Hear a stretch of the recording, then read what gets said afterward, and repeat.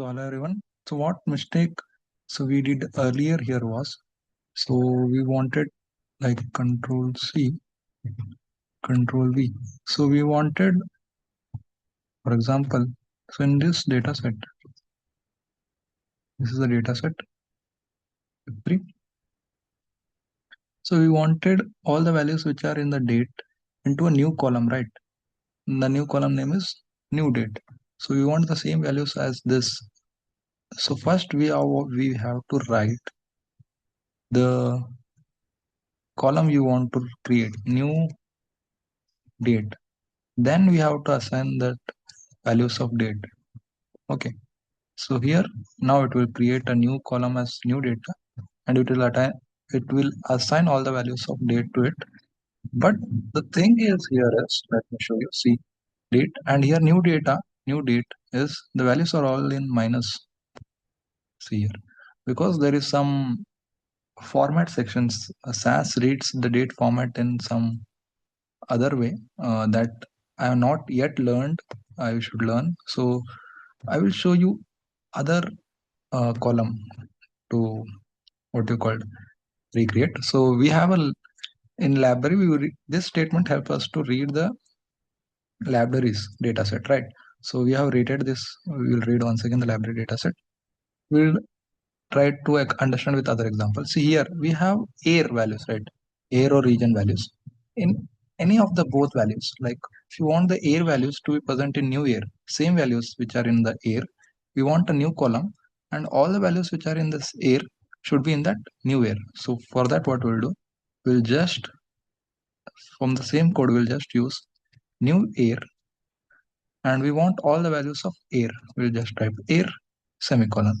So this will help SAS to read the same data set and assign that same values here, air and new air, and all the values of 112 observations here in the air are assigned to the new air. This also we can do it, but after that assigning the code, we have to use some statement for this date. SAS reads date in another way, like after the SAS birthday, there is a date on SAS launched 1960 something. So after that day, SAS reads every date as 1 or something. So for that, we need a format code that still I not learned. I checked now. That is the reason that I can do. So we have chosen another example.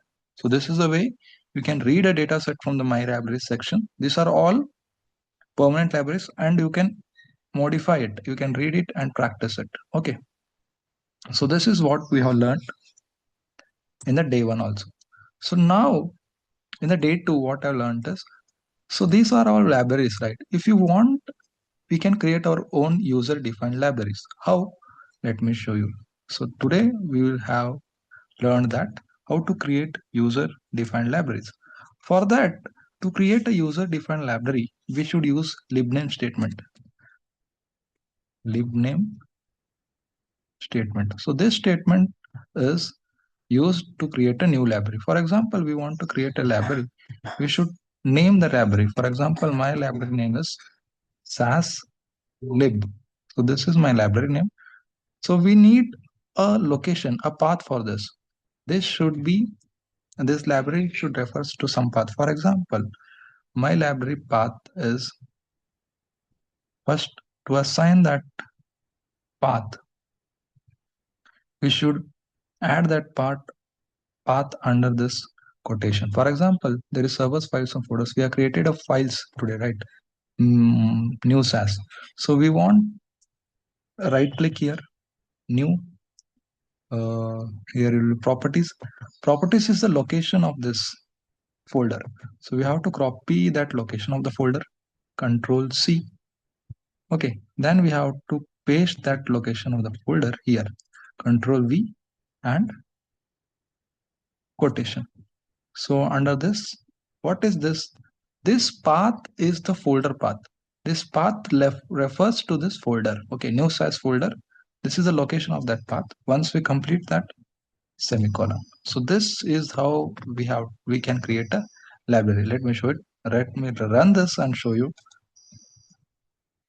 So in the node log, we should get a node. Libre SAS lib was successfully assigned. This means we have created a library. Where we can see the library? Let me show you. In the libraries, my libraries, see here, SAS lib. We have created a new library, that is SAS lib. So now, see here, like SAS help, there are datasets stored. We can also store our dataset in this SAS library. It is not showing because there is no dataset yet. So we need to store a dataset in this library. How we can do it? For example, in this code, we want this dataset to be stored in our library. Before the library name, for example, data new, sorry, before the dataset name, we will write the name of the library. For example, we are storing this in SAS lib. So data SAS lib dot new. So this means this dataset gets stored in the SAS lib library. We have to run this, and let me show you. In the output data, see here, SAS lib dot new. This means we have stored this dataset in our SAS lib library. Let me check. SAS lib. See here, SAS lib new. So this means we have created a user defined library. This is a permanent library. So if we're calling this as permanent library, this should be stored even after log out, or like if we log out from this session, this will be stored, right? Let me see it.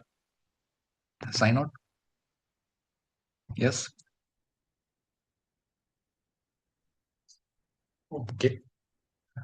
Again, we will log in. We'll see.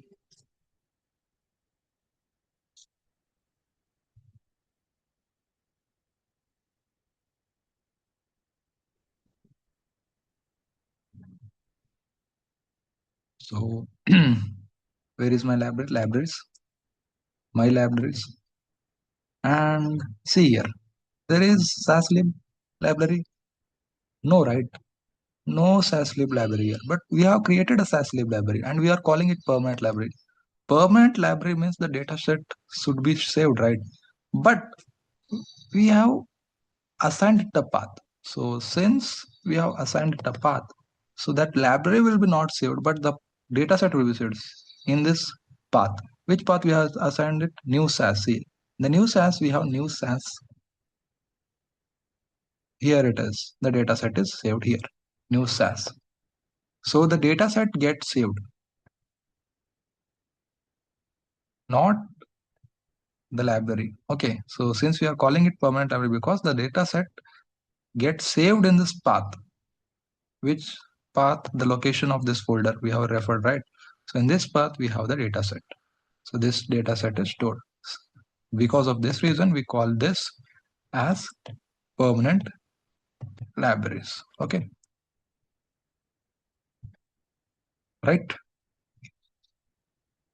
So this is what we learned today, how to create a permanent library. So to create a permanent library, we need to use libname statement, libname, and we have to, after libname statement, we have to write the name of the library. For example, this is SAS lib. After that, we have to define a path, a location for this. For example, any folder, take March. In the files, there are folders, right? Right click, go to properties and copy this path. So once we copy this, Control C, close, we can paste the path here, and after that, semicolon. So once we do this, this means we have created a permanent library. Once we run this code, this note will come, library successfully assigned. This means we have created a permanent library. We can check here, go to libraries, my libraries, and we can check SAS lib is created. So whatever data set you save here, if you want this data set to be shared in your library, just what you do is to copy this, come here. Before that data set name, we can write the library name SAS lib. So what does this do is SAS lib dot school. When we write this, what does this do is this will save this dataset in the SAS lib library, or we can say that in that folder which we have referred. So we have referred this folder, right? March folder. See here, school dataset is here. So this is what we have learned in day 1. Sorry, day 2. We also have an assignment today. For the day 2, I will make another video of me doing the assignment. And so this is for day 2. Thank you so much for watching. Let me see you on day 3. Bye.